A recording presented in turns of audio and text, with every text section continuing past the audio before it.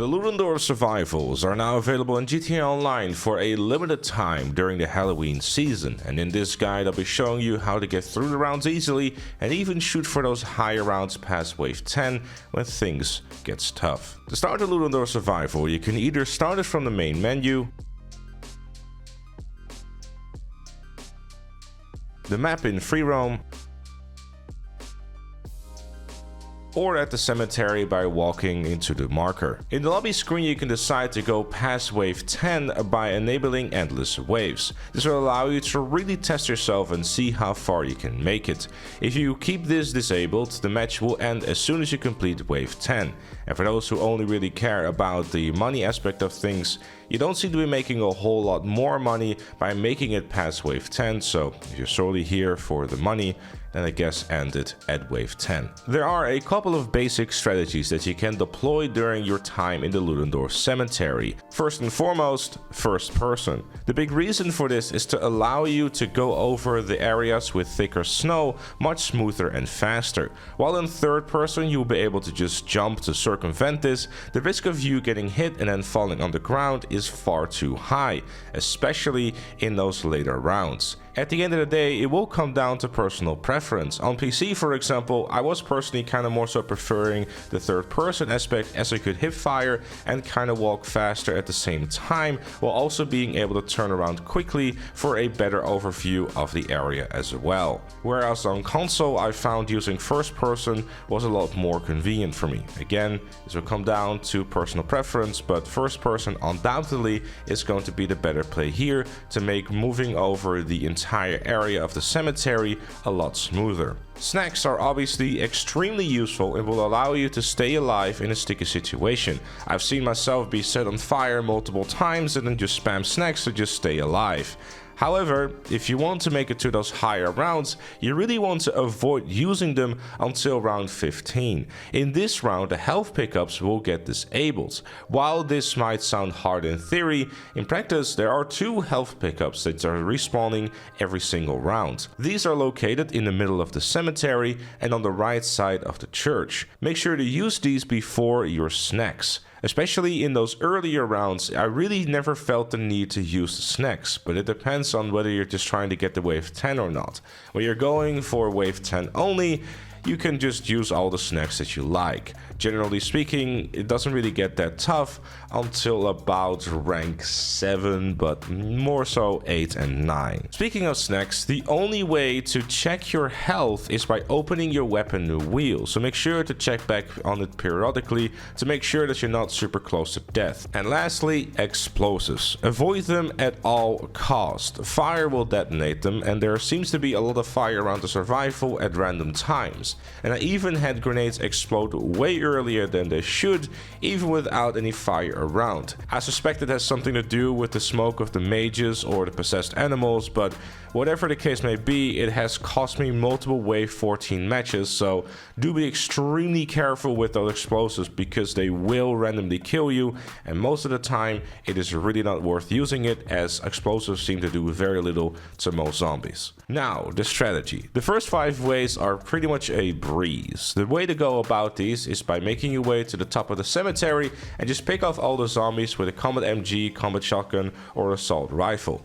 All of them should die in a shot or 2. During these rounds, more and more new enemies will be introduced until wave 6, where you've seen them all. The possessed animals come in 3 different variations: the deer, boar, and coyote. You will want to avoid getting hit by these enemies, because if you do, you will get a red glow around you and take damage for a couple of seconds. Luckily, they are pretty easy to avoid, and even when you do get up close, it will take a second before they actually try and hit you.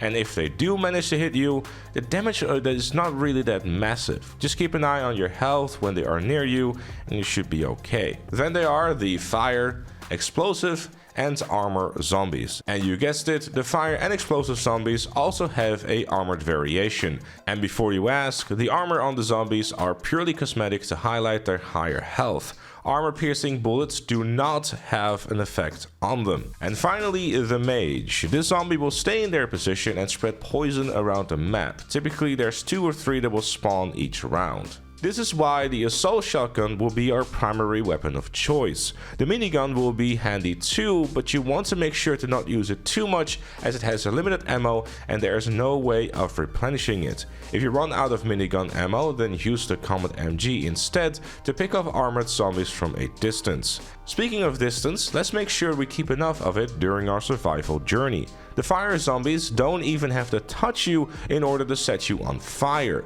In the clip on screen you can see the distance is rather large. Luckily, regular zombies can be easily pushed over by running into them whenever you are in a sticky situation and you don't really have any time to shoot them. From wave 6 onwards, you want to start utilizing the far south area next to the church. This is a great area to basically pick off as many incoming regular zombies before the slower armored zombies will start showing up. Your goal here is to make sure that you clear the area of regular zombies before tackling the armored ones, even in later rounds. The reason for this is that the minigun will come in handy to make quick work of them. However, I highly advise you to be careful with your minigun ammo and only use the minigun for those faster armored zombies. Especially the fire and explosive armored zombies, those are particularly nasty if they get too close to you. While the assault shotgun needs an entire magazine to take down one of these armored zombies, especially in those higher rounds, it requires a lot less bullets in total than the minigun due to its fire rate. But obviously you need to be a lot closer for it to be able to get its full potential, unlike the minigun where you can shoot them from a safe distance. As you've seen in the gameplay by now, the route that I'm taking generally is a circle around the church, and when it's time to start taking down the armored zombies, I take a nice long straight line towards the high point of the cemetery. With a quick turnaround and a hail of minigun bullets, you should be able to take out 1 or 2 armored zombies. Don't be afraid to stop shooting earlier than you think you should. It's better to be safe than sorry with the fire zombies roaming the cemetery. These will drain your health fairly quickly if you're not careful, especially if you are under the effect of the mate spreading poison around the area or the possessed animals chasing you down. The goal of the strategy is to have the horde of zombies follow you until you have the right moment to turn around and start unloading your assault shotgun or minigun, depending on what zombies are behind you. Always make sure to run with your assault shotgun in hand, as there's plenty of regular zombies that will run towards you. Luckily, even in the rounds as high as round 20, I could still two-shot these with ease. Another great strategy to deploy is by utilizing the left side of the cemetery where you'll be able to walk off the small walls. Zombies are unable to follow you here and will just have to go around, giving you some breathing space and a nice lineup for yet another opportunity in the large area behind the church where we start the route to just start unhailing some minigun bullets on those armored zombies. That's basically what it comes down to. Keep trying to create enough distance between you and the zombies and finding the right moment to turn around and unload a hail of bullets.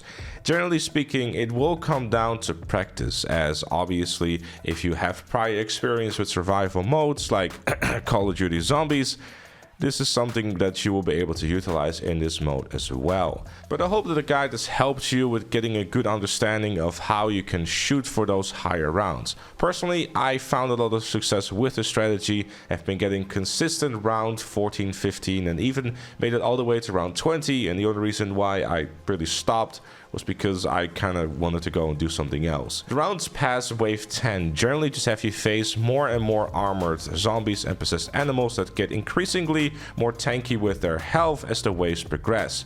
But generally speaking, that kind of just turns into how long your snacks last and how much time you have on your hands, and maybe even also some patience, considering the fact that at some point you kind of get the fact that you're emptying an entire magazine of assault shotgun bullets into these guys and you're like, okay, I kind of get it now. But the real challenge starts at wave 15 when the health pickups disappear and your health really starts to matter. But that was it for now. Let me know how far you made it in the comments down below. Leave a like, subscribe, and become a member like Chloe, GTA Plus, and Notorious Jam. And I'll see you all later.